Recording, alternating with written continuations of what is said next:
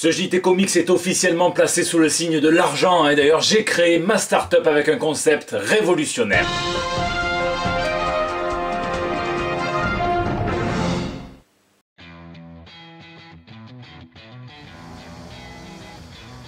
Une panne de lecture? Pas de panique.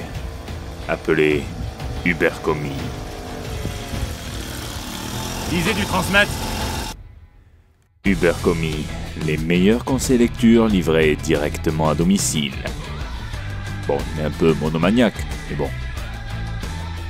Et oui, vu que je monétise pas mes vidéos, faut bien gagner du fric un peu ailleurs. D'ailleurs, il va être question d'argent dans ce JT. Je dis pas ça parce que c'est le numéro 205 et que ça me rappelle l'époque où je roulais dans cette voiture de luxe. Je dis presque pas ça parce qu'il sort tous les jours de nouvelles figurines somptueuses et que ça fait mal au mental. Non, vous allez voir pourquoi, car ici, votre fidèle commis des comics, vous êtes dans l'émission qui fait le tour de l'actu de l'industrie du comic book et de ses dérivés. C'est le JT Comics et tout de suite, on passe aux news de la semaine.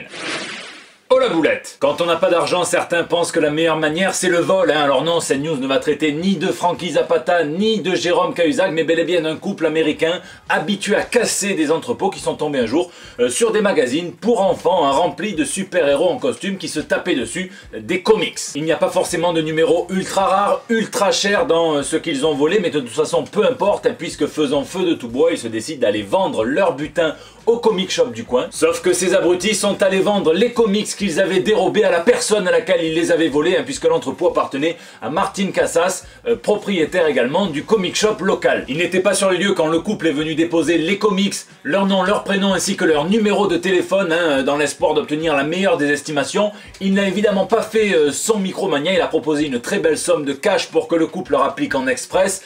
C'est ce qu'ils ont fait évidemment et ils étaient attendus par la police. Fin de l'histoire et longue vie à Darwin. DCDI. Sinon, un moyen à peu près honnête de se faire de l'argent, ça reste le contrat salarié, et ça tombe bien, puisque Greg Capullo, à qui l'on doit notamment tout le New 52 de Batman ou alors du Swamp Thing, a annoncé qu'il avait re-signé un contrat avec DC. Là, ça devrait être un CDI normalement. Et il a dit aussi qu'il s'apprêtait à créer avec son collègue et son ami le scénariste Scott Snyder, sa plus grande aventure à ce jour. Alors la barre est quand même mise très très haute, puisqu'après, ne serait-ce que tout son run sur Batman, de quoi peut-il bien s'agir? Si l'on peut se fier aux déclarations marketing, logiquement ça ne devrait pas être une aventure centrée sur Batman, puisque Scott Snyder a déclaré que Batman Last Night on Earth, en cours actuellement aux États-Unis, devrait être leur dernière aventure sur le personnage pour le duo créatif. Ça pourrait être le gros event annoncé pour 2020 chez DC, qui fera suite à l'année du vilain, publié depuis 3 mois aux États-Unis. Peut-être aussi qu'il s'agira de la suite de Batman Metal, puisque selon certaines sources d'ici voudrait absolument la faire, et Scott Snyder ne serait ok que si c'est Greg Capullo qui dessine. Quoi qu'il en soit, je vous laisse spéculer dans les commentaires et on en saura sûrement plus à la rentrée pour la New York Comic Con. Série d'or. Et de l'argent il va en falloir à tous ceux qui veulent s'abonner à absolument tous les services de streaming qui proposeront des séries Marvel, DC et autres. Et de toute façon, entre les séries du CWverse, entre les séries Marvel Studios, les séries Marvel Télévision, qu'elles soient en live action ou bien en animé, on aura de toute façon bientôt plus le temps d'aller travailler. Ça va poser un vrai problème cette affaire. Globalement en ce moment, les patrons des séries télé, ça reste DC avec le CWverse et tout l'univers étendu. Et moi qui n'ai jamais vraiment été intéressé par cet univers, l'annonce du Crisis on Infinite Earth m'a donné une demi-molle tout à fait exploitable. Surtout quand j'ai appris qu'ils brisaient la tendance et qu'ils embauchaient en chair et en os l'acteur Kevin Conroy qui doublait Batman dans la série animée pour incarner un vieux Bruce Wayne dans ce crossover. En France, ils auraient probablement maquillé Antoine Griezmann. Donc vous pouvez être sûr que cet épisode, je vais le mater. Et Marvel compte bien continuer de venir concurrencer DC sur le terrain des séries, puisque Jeff Loeb, le patron de Marvel Télévision, a fait quelques annonces intéressantes, beaucoup de teasing. Il a parlé de Disney+, et il a annoncé qu'il faudra bien distinguer sur cette plateforme les séries qui seront produites et réalisées par Marvel Studios, qui ont déjà été annoncées à la San Diego Comic Con, mais aussi les séries Marvel Télévision qui n'ont pas encore été annoncées. Il a également déclaré qu'on n'avait pas encore eu tous les héros urbains, autrement appelés les Marvel Knights, qu'ils avaient à nous proposer. Ça avait commencé sur Netflix, donc on verra quelle tournure ça prendra, mais on peut peut-être relier ça à une autre information qu'il a divulguée, puisqu'il a décidé d'inscrire ces séries du Ghost Rider version Gabriel Luna et de Hellstrom dans un regroupement de 3 ou 4 séries intitulées Adventure into Fear, en hommage évidemment aux comics de chez Marvel. Et justement, quelles seront ces deux autres séries? Est-ce que les héros urbains seront présentés ici? Beaucoup de monde, moi y compris, ont l'espoir de voir Mark Spector, aka Moon Knight, faire ses débuts en série. Ça fait longtemps qu'on en parle. Et on peut également parler des propriétés de la Fox, dont Jeff Loeb a parlé sans vraiment parler, mais qui devra arriver un jour ou l'autre. Bon, on risque d'avoir largement de quoi venir niquer notre rythme de lecture comics.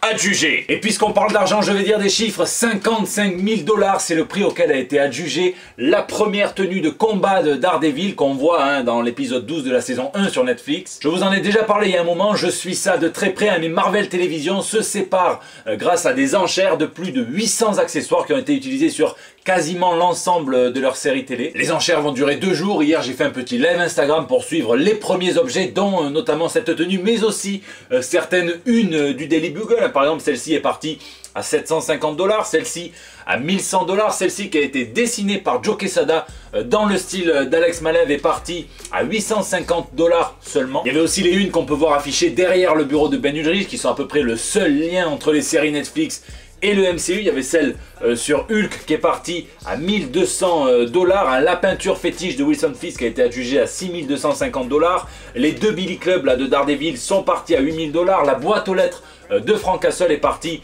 à 450 $. A promis, c'est pas moi, moi je voulais absolument le stérilet de Madame Gao, mais à ce qui paraît, elle le porte encore et c'est impossible de lui retirer. La radio du crâne de Frank Castle est partie à 1700 $. Les Side Electra qui sont rétractables, c'est que du fake cette affaire, sont partis à 3250 $, tandis que le costume complet d'Electra est parti à 8250 $. Et comme je vous le disais, la toute première tenue de Daredevil, qui lui est livrée par le Gladiateur, a été adjugée à 55 000 $. Mais ce qui est le plus intéressant, c'est que l'acquéreur n'est autre que Steven S. The Knight, qui est l'auteur-producteur de la série et qui apparemment est sentimental.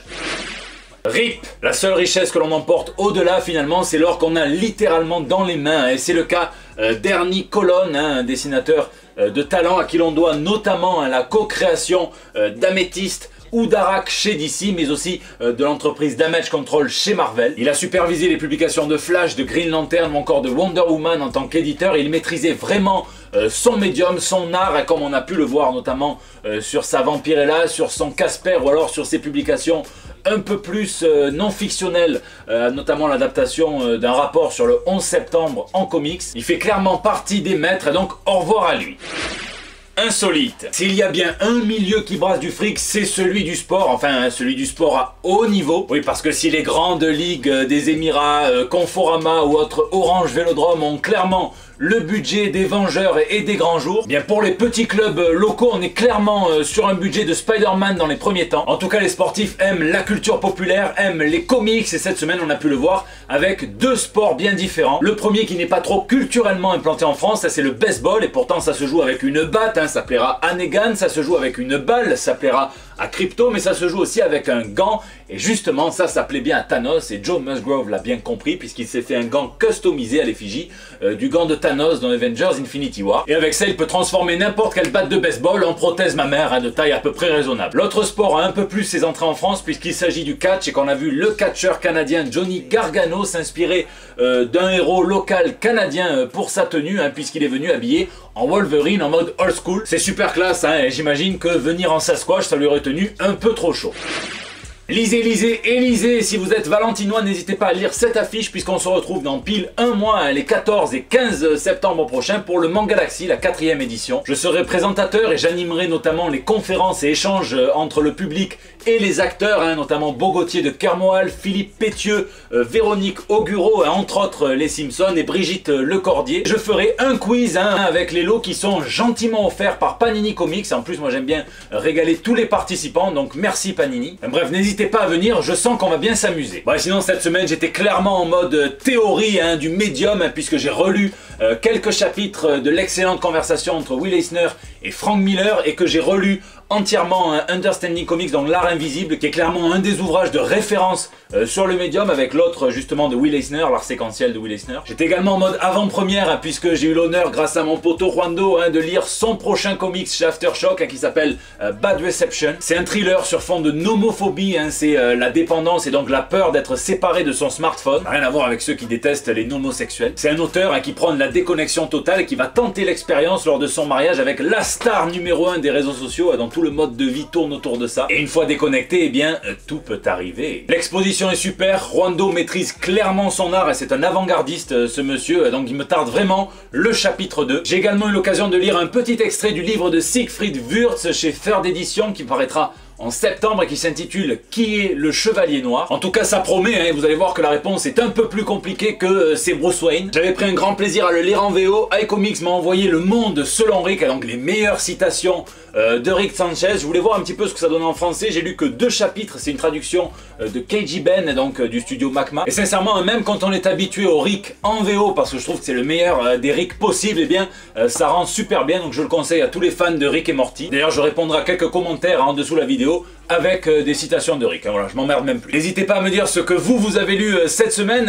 puisque c'est la fin de ce JT. J'espère qu'il vous a plu, je remercie tous ceux qui l'ont regardé, tous ceux qui partagent, qui tweetent, qui retweetent, qui Facebook, qui mettent des pouces bleus. On a passé les 30 000, ça y est, c'est officiel, vous êtes de plus en plus nombreux à rejoindre la chaîne, donc je vous souhaite à tous la bienvenue. La review de The Boys a dépassé les 13 000 vues, vous avez l'air de la kiffer, donc je suis très content, donc n'hésitez pas à réagir dans les commentaires sur YouTube où je réponds à chacun d'entre vous, mais aussi sur les réseaux sociaux, sur Facebook, sur Twitter ou sur Instagram. C'est là aussi que vous pouvez me laisser vos petits messages pour le bandeau à votre espace de liberté. Je vous fais des gros bisous et je vous donne rendez-vous très vite pour la collecte de questions pour la FAQ, pour un petit concours comme je vous disais la semaine dernière, et sinon la semaine prochaine pour des nouvelles toutes fraîches. Le casting de la suite de Into the Spider-Verse a commencé. Apparemment c'est Eric Burst qui incarnera le Spider-Man français. En tout cas le talent pour la grimpette est clairement là, puisqu'il a réussi en même pas un jour à faire grimper 4 pages de résultats Google sur ses aventures et ses mensonges dérisoires de vacances. Par-dessus les pages sur ses trafics d'influence, ses rapports avec Ingrid Betancourt, avec Bernard Tapie ou encore avec l'hippodrome de Compiègne. Chapeau l'artiste.